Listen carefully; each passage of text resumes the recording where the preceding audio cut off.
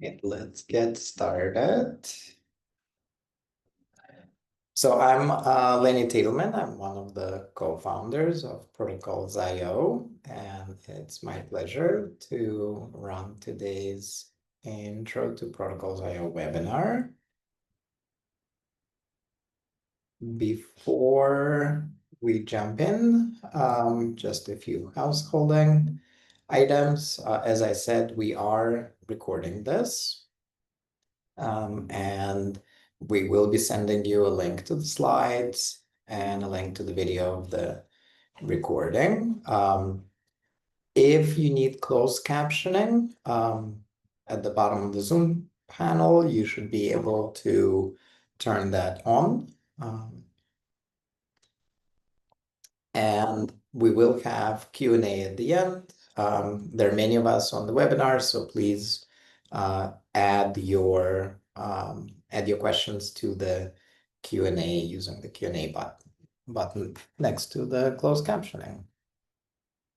And this is for new, this is sort of a welcome and orientation on Protocols.io for new users.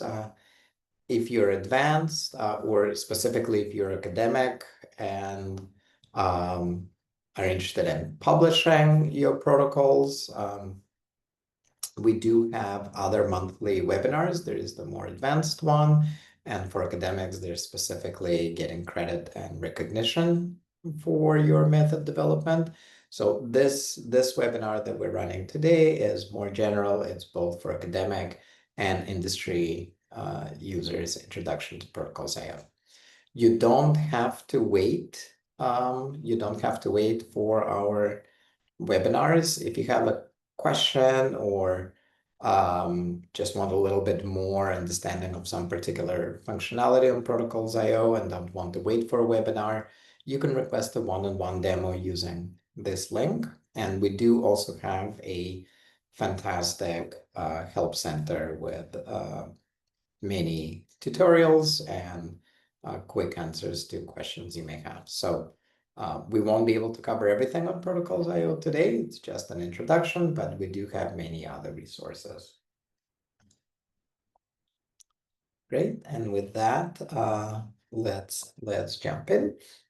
So as I said, I am one of the co-founders. I'm a scientist by training, and it was my frustration as a postdoctoral researcher with correcting a protocol, microscopy protocol that I was using that led me to this obsession with creating a central place that makes it easier to keep track of our methods and share them with our colleagues. As a snapshot, the idea we had for Protocols.io in 2012 with my co-founders. We launched it in 2014, and we were a startup for a long time. And then 2 years ago, we joined the Springer Nature family that has been helping us to be more stable, grow the open access content that we have on Protocols.io, and just have more resources for development and improving the platform. So as a snapshot, we are today at a point where we have over 23,000 public protocols on Protocols.io. And I should say that the main organization of the platform is there is a Wikipedia-like public side of Protocols.io that's open access, free to read, free to publish. And what we do charge for is internal private use. So if you're a company or your whole laboratory, even if you're academic, if you're using it internally for your team's collaboration, that's the part that there is a subscription to. But if you're sharing public, that's free to read and free to publish. So there's 23,000, over 23,000 public protocols, and over 70,000 private ones. And for the academic researchers who may be on this webinar, a lot of universities do have subscriptions to Protocols.io. I'll show you how to check if yours does. And while we have a public list of universities and institutions that use protocols IO. Obviously, on the private side, we can't show the names of pharmaceuticals and biotechs that are using protocols IO, but it's both academic and industry use. And what I will be focusing on today applies to both. Right?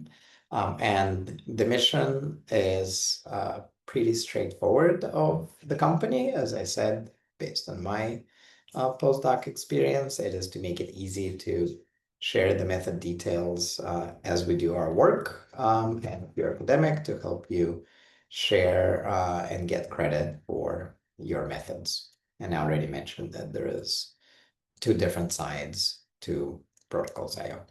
At this point, we will come out of the slides. So I'll spend the next 10-15 minutes showing the platform itself, and then we'll finish up with the slides and have about 10 minutes for Q&A as needed.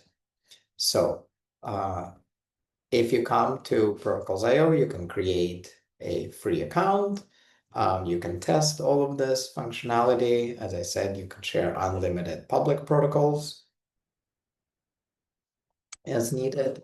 And I will be highlighting, obviously, showing the public side of Protocols IO, but I do want to say that every single protocol, even though I'm showing a public one for the demo, every protocol that you create, it starts out privately, securely. You decide who to share it with, when to share, what kind of permissions to give to the people you're collaborating with. So nothing goes public without you intentionally making it so, deciding, and then there's a flow for publication.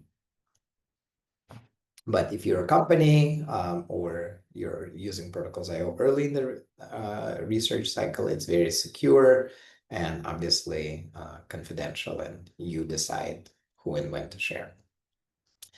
On the protocol level, the most important thing to note is that this is not a paper in a journal. It's not a static PDF published and fixed. The protocols on Protocols IO are dynamic and interactive, and I'll explain what exactly that means. So the organization of the protocols is broken up into the step-by-step instructions, and that's where the heart of most of the protocols that you'll find on the platform is, and then guidelines, materials section, any warnings, safety information, ethics guidelines, that would be under the warnings and guidelines tabs. So there is structure to these, and inside the steps, you can easily add videos of how you're working with samples, how you're collecting and processing. You can take your phone into the cold room and make a 30-second video. That helps a lot for especially if you're sharing publicly for people that are not native English speakers. And we're seeing, and just for general understanding and reproducibility, but we're seeing more and more public protocols with videos inside them. There's also a lot of structure. You can attach files, tables with formulas, the many things you'd expect inside the steps. And one of the, in my mind, most important features is that any step of a protocol that you see, there is a plus button on it, which allows you to ask a question. And that question will go to the authors of the protocol. It'll go to everyone who is using it. And so here is an example on step 2 of this protocol. You'll see that there is a back and forth discussion between a researcher who is trying to get more details and information about this specific step, and the author replies. And this is, instead of just answering in Slack, Teams, or by email and answering the same question over and over, this is organizing the discussions write on step.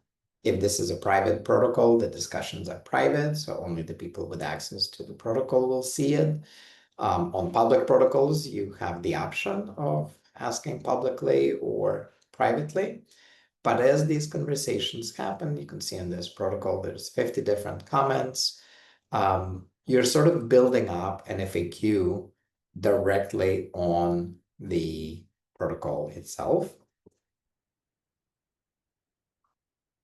So it's organized and persistent and available to everyone using the protocol. And as these discussions happen, if you want to, if you realize as an author that you can make the protocol clearer so that people don't have these questions, it is with a click of a button very easy to create a new version. The previous one doesn't disappear. That link will still work if it is linked to from a published paper or elsewhere. But if someone lands on an earlier version, they get a pop-up that guides them to the most recent version that is available. And you will notice under the three dots to the right of the title that there is a compare button that allows you to see which steps are the same. It'll highlight steps that are different between the original and the version that you're looking at. Right? And as you work with any of the public or private content on protocols.io, you will also notice that there is a copy button on every single protocol. So this is different from versioning. Versioning is to update a protocol and share corrections and optimizations, improvements to clarify it based on feedback from others. The copy button is for capturing the variability between protocols. So if you're working with lung tissue and I'm working with kidneys, it's not that one protocol is right and one is wrong, but we might have slight deviations, slight tweaks in how we're using and processing the sample. So the copy forward button allows you for any protocol basically to treat it as a template and take your or somebody else's relevant protocol, click copy, and then you make a clone of it and it becomes editable. And depending on the approach that you use, on the organisms you work with, on the equipment that is in your research team, you can adjust the protocol and the relevant steps depending on how you are specifically using it, right? And then the other important in terms of dynamic and interactive nature of protocols and protocols.io, the other important button here is the run button. And this one is relevant for hands-on methods that are in your laboratory, wet lab techniques, or field methods where you're doing hands-on experiments as opposed to computational. And I think of the public protocols that we have, about 5 to 10% of them have a more computational flavor to them. But for the majority of protocols and protocols.io, if you're doing hands-on experiments, this run button is kind of like a cooking checklist tab where you can get started and you will step through the experiment as you're doing it. You can see which step you're on, what your progress is through the protocol, what you're doing next. And if on a particular day, if you change anything about the way you're processing or doing the work, you can click edit on that step and you can say, you know what, today instead of 1 minute, I did it for 2, and you have a record of exactly how you ran it on that particular day. So you'll save it and you'll have a record of how you ran the protocol. You're not changing the protocol itself.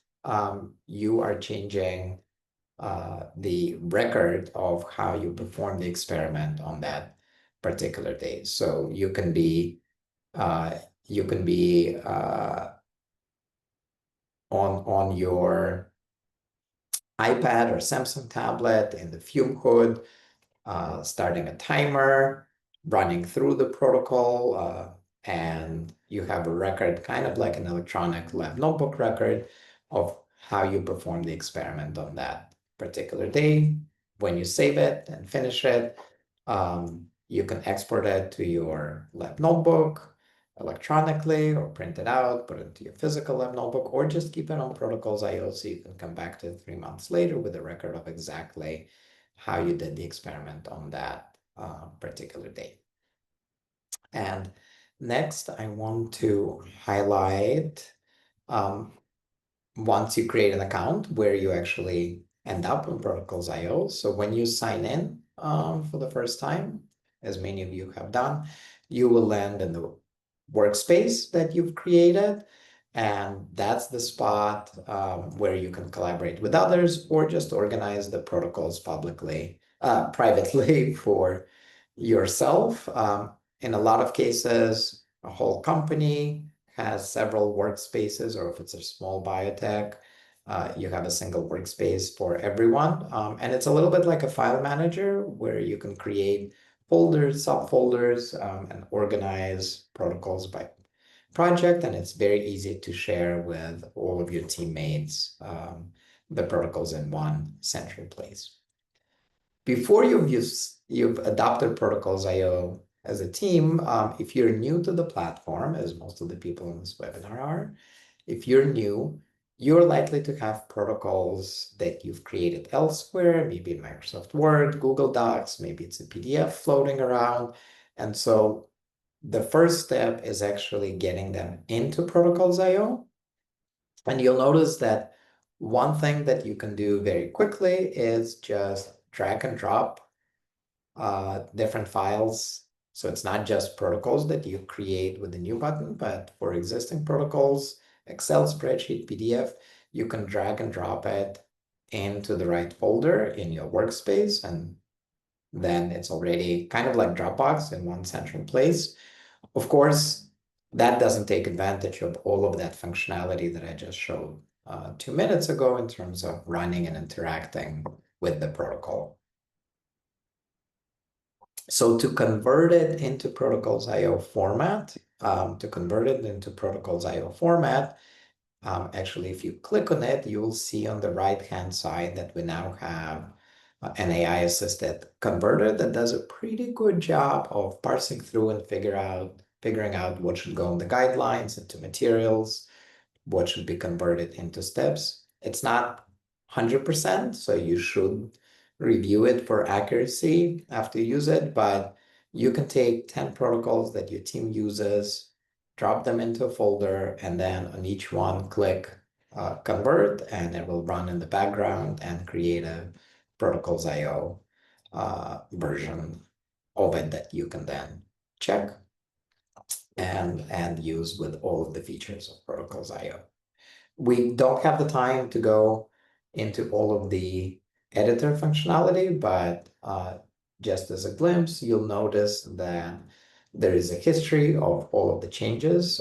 You can see who's working on the document. So like Google Docs, it's a collaborative concurrent editing is available on Protocols.io with a history of who makes which changes.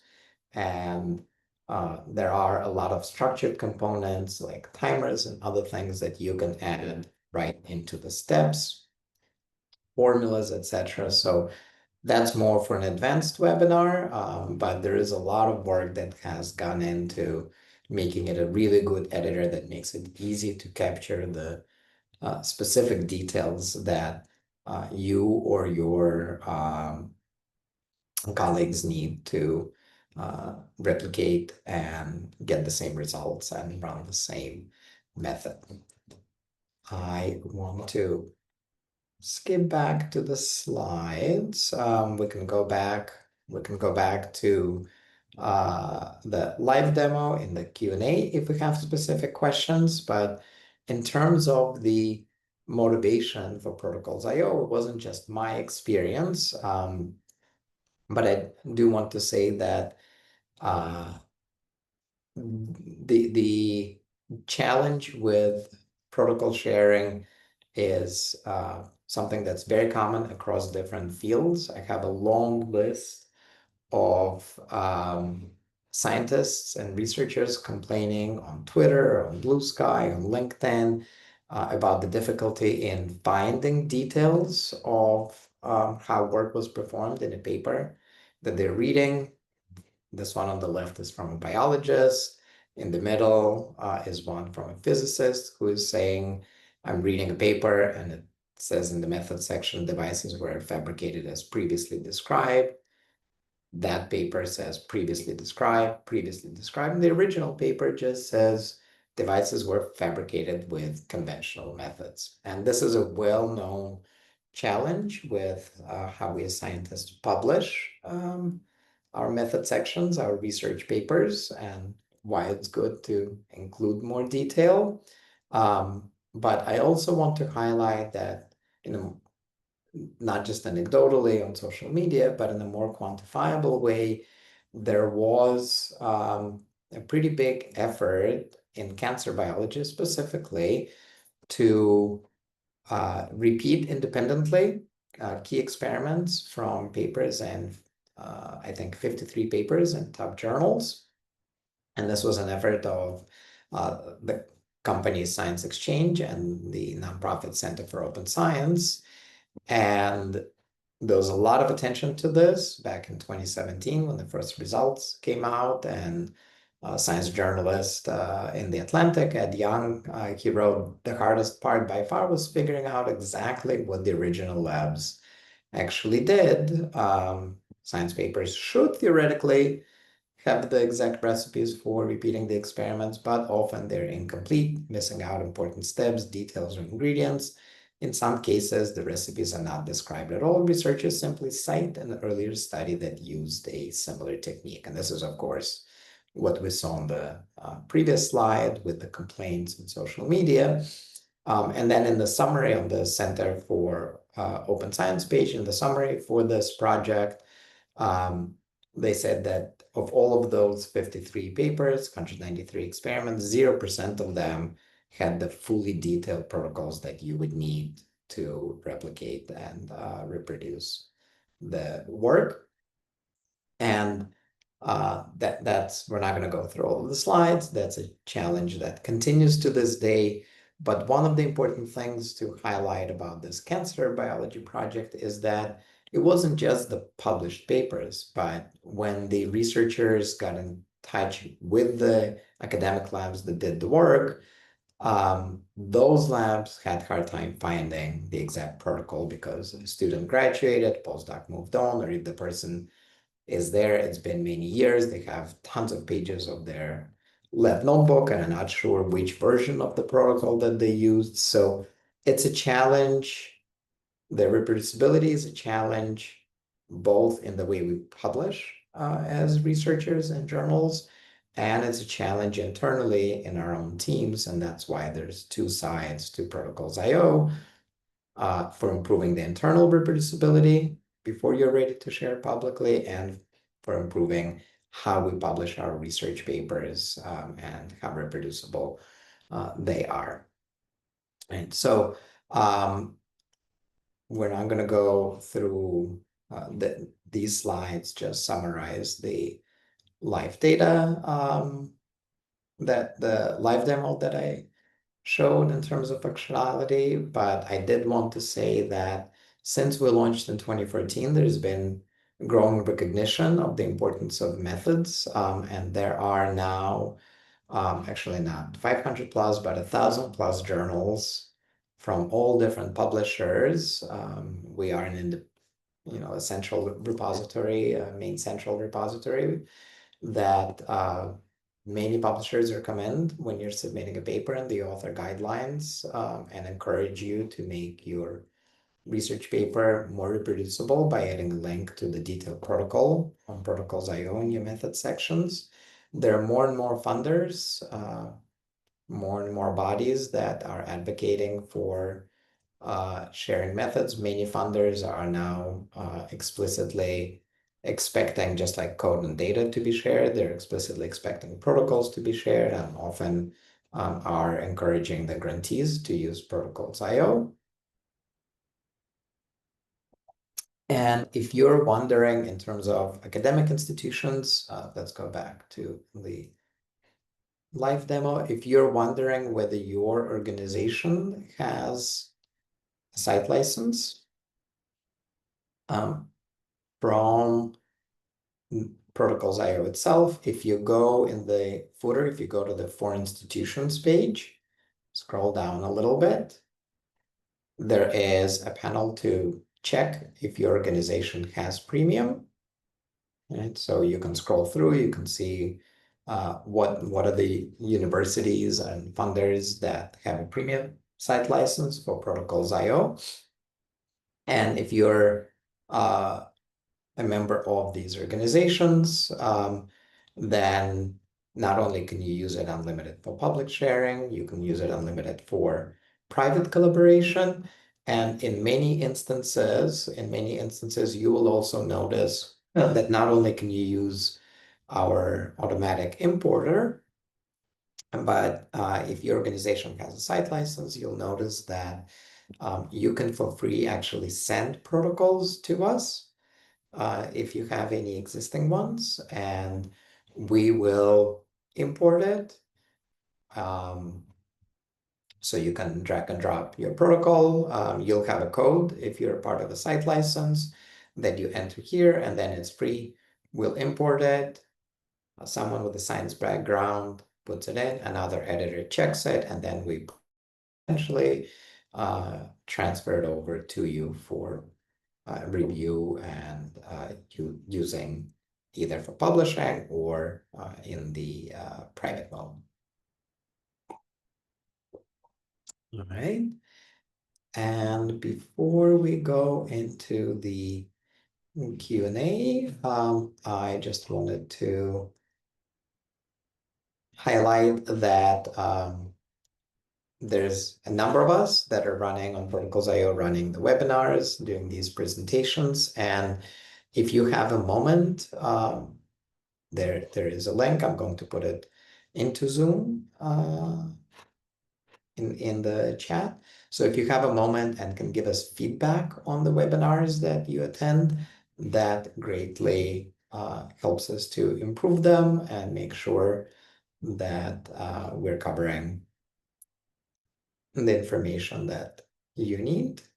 So I'm going to put it into the chat and then stop the sharing and open up for questions.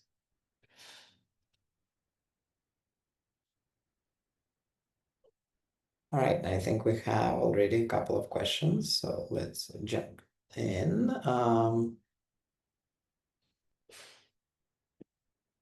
So the first question is, I published a public protocol a few years ago, referencing it in a scientific article.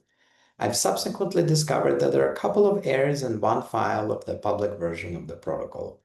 Is there any way to revise and update the protocol? So fantastic. And this really, that goes back to one of the key reasons why I wanted to create and co-founded Protocols IO, and it's exactly that need for correcting. In many of my research papers, I've had to go back and improve the method section that I've shared after the article, either for errors or because the technology improves, you have a new kit, you have better equipment, you wrote better code, better library for doing the analysis. And so if you sign in and you go to your protocol, you will not, once it's published, you cannot edit. The edit button goes away once you've made it public, but you will have a new version button that makes it really easy to edit it. So go to the protocol that you published. It has a DOI. click Create New Version, edit it as needed, and then click Publish again, and it will have a DOI/V2, and people will be able to navigate between the version 1 and version 2 that you've shared. So that is one of the critical reasons that Protocols IO exists. It's that versioning, because our protocols are never perfect. We can always improve them, and that need to be able to come back and share new versions is absolutely critical. And if I go to my file manager, if I'm in view mode, you will see under the three dots on any of the protocols that you open that are yours, whether it's public or private, that there is a new version button right there. So thank you for the question. And the next question is, after publishing a protocol from private to public, are there questions from the private version also publicly published? Great question. Thank you, Stephen. So that is completely up to you, right? If I click publish, when I get to part 3, comments, I get to decide, keep the comments or clear it, download all of the comments, but publish a clean version without them. So depending on your preference and whether you want the comments there, frequently they're internal, hey, let's improve this part, let's clarify this step. So it's co-authors discussing a protocol. You don't need to make that public, so you can remove them. Or if these are relevant comments that you're annotating the protocol for other researchers to benefit from, you can definitely keep it as you publish it.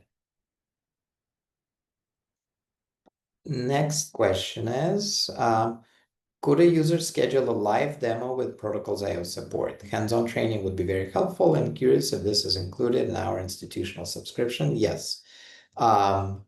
So for that, if you'd like a live demo of specific parts of Protocols IO, you can navigate to the Help Center. So you can go to the Help Center, or in the footer, there is a request demo. You choose the day. You choose the time that's convenient. We have scientists all around the world, different time zones that you can pick. So you just say, I'm requesting a demo, and on the next screen, it'll give you a calendar. You select the day, and you can connect with our customer support or another scientist on our team for a 30-minute Zoom session. Absolutely. And then the next question that we have is about integration with other software, specifically Benchling and Snapgene. So that is also a fantastic question. If I go back, there are integrations, obviously not, there's 50 different electronic lab notebooks, so we're not connected with all of them. There are some that we have a public, well-documented API that makes it easy to integrate with Protocols IO for other platforms and vendors. You will notice that it's really, so let me step back. First of all, there are electronic lab notebooks that have connected to us. You will notice that if you are exporting a particular protocol, here we go to export. I can export it to my computer. I can take a whole folder and export it to my computer. Or you can go in your profile to the applications, and there are lab notebooks like Lab Archives, Lab Forward, that we have connected to from our side, so that you can easily send your run records and your protocols to the right place in your lab notebook, or just other cloud file managers, right? Like Google Drive, Dropbox. There's Open Science Framework. So You can decide which integrations to connect. And then not in this list, but there's several electronic lab notebooks. I think RSpace and Synode are best examples of those that connect from their side. With Benchling, we'd love to connect. They have not been responsive over the years in terms of integrating. But as I said, whatever ELN you use, when you're in the file manager, you can click on a folder, click export, put it on your device, put it in the cloud, or transfer it to another notebook. Snapgene is fantastic software, but we don't have an integration that allows you to do work with DNA constructs right from protocols.io using Snapgene. Sorry about that. All right, and then there is a question about specific University of Michigan Medical School. And the question from Jordan is, does an entire institution have to sign up, or is it possible to have a smaller unit, even as small as a single lab, sign up? So we definitely have both options. If you're in protocols.io and you go to the plans, I think this one is industry. Jordan, you're in academia, so you should switch to the academic page. But you will notice that there is institutional licenses, and then there is the workspace. Let me share this slightly differently. Then you'll notice that there are workspace options. Hold on just a second. So if I'm in a free account and I'm in a workspace and I've run out of private free space, there is an upgrade button. You select whether you're industry or academia, and then you can choose the plan that's right for you. But of course, frequently academic labs want their university to sign up, and then you can click on request now and work with us to request that from your institution so that we can reach out and say your users would like to consider a site license for protocols.io. But short of doing that, those licenses can take half a year. You can definitely have 10 people using protocols.io directly and without waiting for the whole organization to sign up. Excellent. So those are great questions. What we are going to do now is I will stop recording.